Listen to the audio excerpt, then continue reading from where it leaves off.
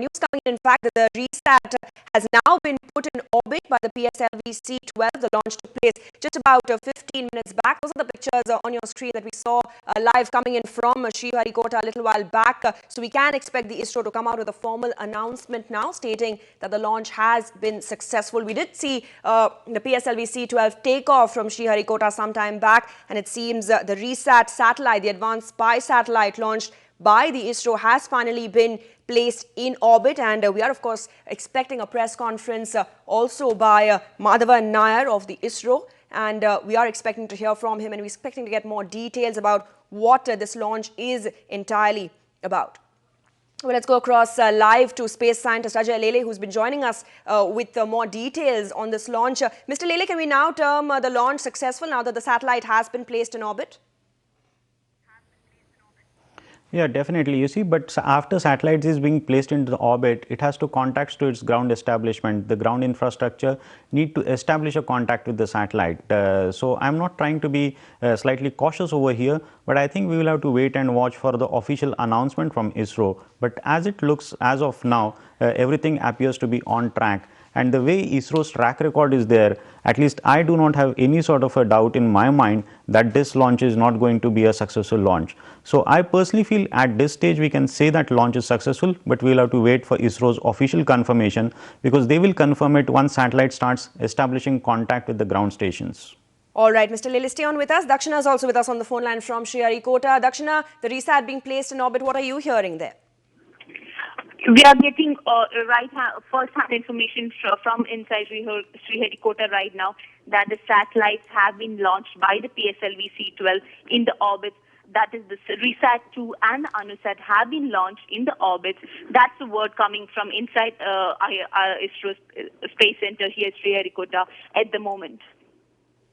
All right, Dakshina, and when can we expect that press briefing? You said Madhavan Nair would be briefing the media around 9 this morning. If Madhavan Nair, ISRO chief, is expected to address the media around 9 o'clock this morning, he will of course give the official, happy and final news that PSLV C-12 has been successful in launching these two satellites. That's ANUSAT and the RESAT-2 in the orbit. But right now we are getting information from inside Sriharikota that PSLV C-12 has been successful in completing what it's supposed to have done, that is launching RESAT-2 and ANUSAT in the orbit. Now the scientists are of course looking into other parameters of the satellite, whether it's functioning properly, whether it's positioned correctly, and all other parameters and other issues dealing with the launch. But for now, the satellites have been launched in the orbit, and the final checking up and roundabout clearance of different parameters are being done inside Sriharikota. All right, let me go back to Mr. Ajay Lele. Sir, like Dakshina was telling us a little while back, this launch was preponed following the 26/11 Mumbai attack. Can you tell us a little bit more about the features of the satellite that will help in anti-terror activities and help in keeping a close watch on India's borders?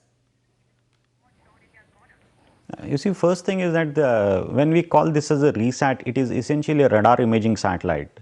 It's not that because of 26/11 happened that India has got plans of getting into the business of radar imaging satellites. Here if you see, it is RESAT-2. But RESAT-1 is yet to be launched. As per ISRO's earlier plans, they are working on a very big satellite. This satellite is of around 300 kgs, but ISRO has got plans of launching their own satellite called RESAT-1. That satellite is around 1700 kgs. So ISRO already had plans of launching this sort of a satellite.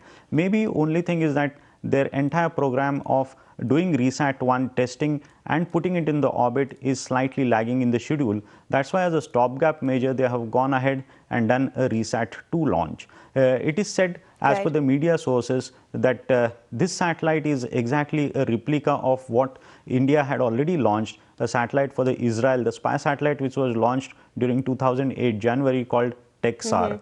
So this particular satellite is able to give you the ground pictures with one of the finest resolutions, and as I have already mentioned, These ground pictures would be available 24/7 because this satellite doesn't have a problem as far as daytime is concerned or nighttime is concerned.